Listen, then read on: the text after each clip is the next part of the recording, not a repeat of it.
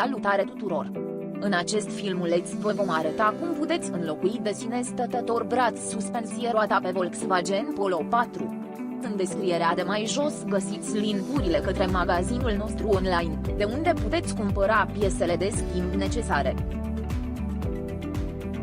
Slăbiți șuruburile de fixare a roții. Scoateți roțile din față.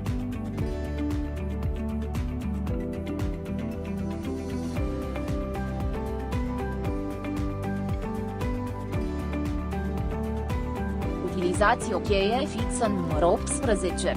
Deșurubați suportul care fixează articulația sferică pe fuzetă.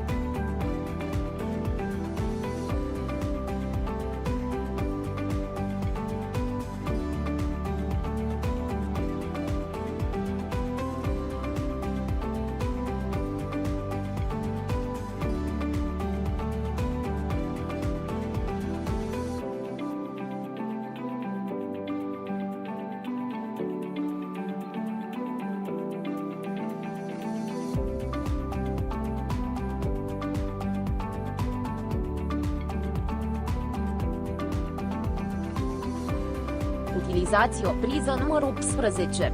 Deșurubați suportul care fixează brațul pe cadru.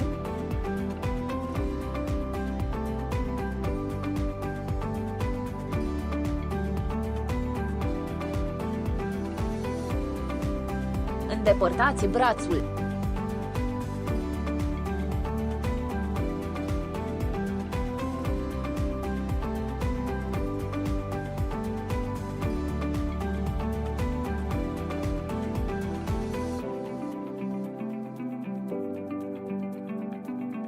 Instalați noul braț de suport al suspensiei.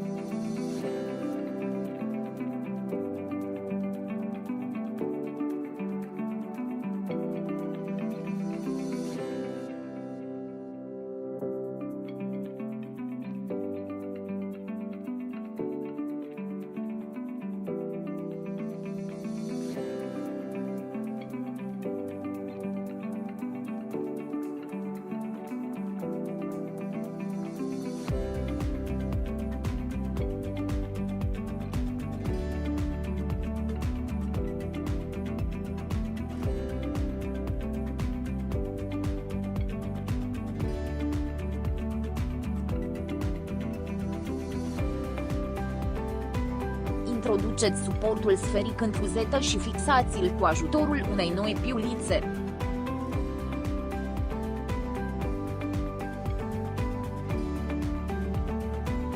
Utilizați o cheie fixă numărul 18. Strângeți suportul de fixare al brațului.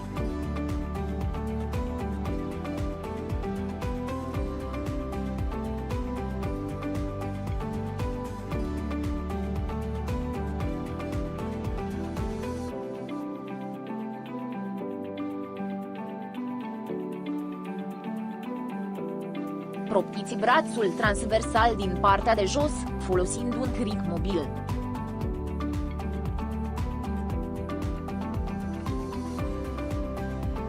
Utilizați o priză numărul 18. Strângeți suportul de fixare al brațului. Vă mulțumim că ați vizionat tutorialul nostru. Abonați-vă la canalul Autodoc și nu pierdeți noile filmulețe. Dacă v-a plăcut acest filmuleț, dați-ne un like și distribuiți-l și prietenilor dumneavoastră. Vă dorim o zi bună!